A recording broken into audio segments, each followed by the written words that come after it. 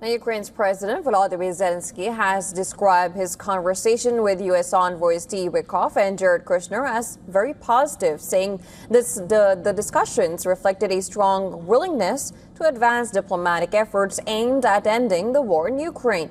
In a message posted on Telegram during a stopover in Moldova's capital, Zelensky said he was grateful for what he called their readiness to work as actively as possible in the coming weeks to give fresh momentum to diplomacy and efforts to end Russia's war against Ukraine.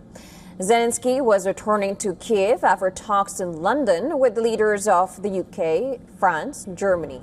Discussions focused on ways to move forward with the settlement to the conflict, which has now lasted for more than 4 years.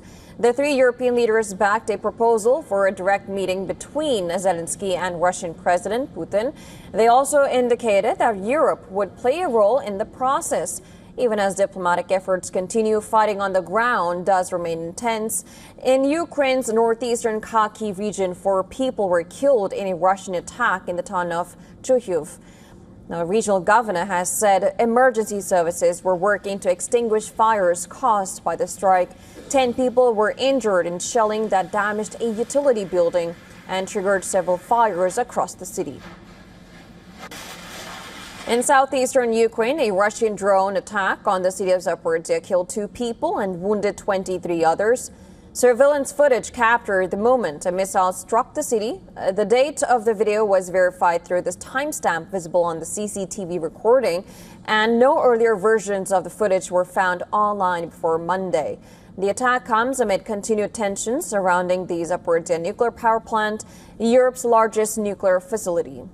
Now, the war in Ukraine was also the focus of discussions at the United Nations Security Council, which convened at its headquarters in New York for a session on the maintenance of peace and security of Ukraine.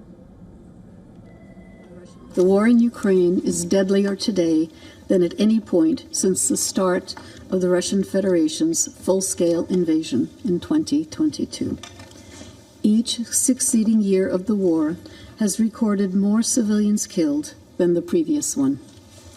Meanwhile, across the broader region, concerns continue to grow about the risk of further escalation.